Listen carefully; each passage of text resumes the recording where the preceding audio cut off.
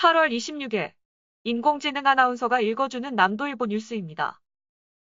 지난 2017년 출범해 1980년 5월 광주에서 헬기 사격이 있었다는 내용의 조사보고서를 냈던 국방부 5.18 특별조사위원회 김성 부위원장이 전두환 씨의 사자 명예훼손 혐의 형사재판에 증인으로 출석해 당시 특조위 보고서는 문제가 없다고 밝혔습니다.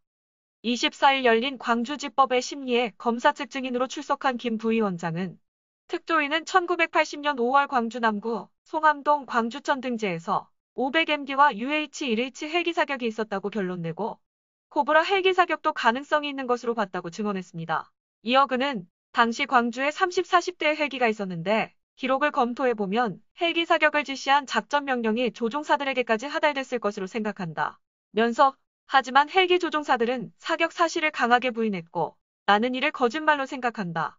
조사권이 없어서 정확한 사실을 확인하는 데 한계가 있었다. 고 진술했습니다.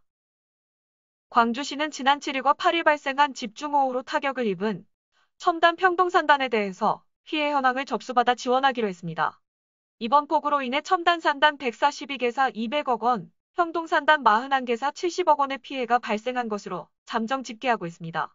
정부가 산단이 속해 있는 광산구와 북구를 특별재난지역으로 지정해 지원하기로 했으나 현행법에 따르면 산단 입주기업들은 침수기계 피해 등 실질적인 혜택을 받기 어려운 상황입니다. 이용섭 시장은 간부회의에서 집중호우로 인한 산단 입주기업들의 피해 현황을 접수받아 지원 방안을 적극 강구하라 고 지시했습니다. 전남 부안군은 망운면 조금나루에서 현경면 봉우제까지 8.9km 구간에 해안관광 1주도로 노을길을 개통했습니다. 이 도로는 5년간 국비 154억 원을 투입해 차도와 보도 6km, 보행자 전용도로 3km, 주차장 3개소를 설치했고 공간별로 만남의 길과 자연행복길, 노을 머문길, 느리게 걷는 길로 구성했습니다. 무안 해안관광 1주도로 황토갯길 600리, 느림행복 노을길을 테마로 한 노을길은 탄도만이 갖고 있는 천혜의 갯벌, 모래 해안과 송림숲, 노을이 어우러진 아름다운 곳의 가치를 알리기 위해 조성된 첫 번째 도로입니다. 전남 목포지방의 양수산청은 지난 14일부터 10일간 삼양천과 평화광장 유입 쓰레기 380톤을 폐기물의 양수거 선박 5척을 투입해 수거했습니다. 한국어촌어항공단 어항관리선 3척, 해양환경공단 청항선 2척, 목포해경서 방제선 1척은 25일까지 목포항 내에서 부유 쓰레기 수거 작업을 마칠 계획입니다. 현재까지 여객선터미널에서 300톤, 동명동 물량장에서 250톤, 남한관공선부두에서 250톤을 포함해 효율 1180톤의 쓰레기를 수거했습니다.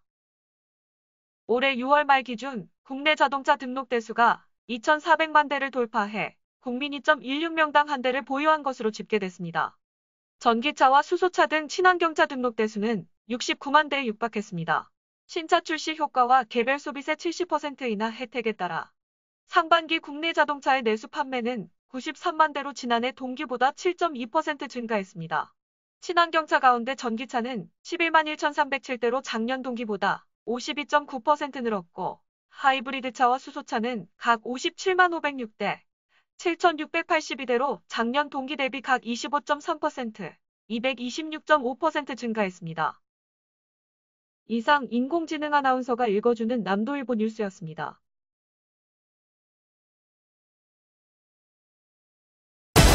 남도의 눈으로 새로운 남도를 봅니다.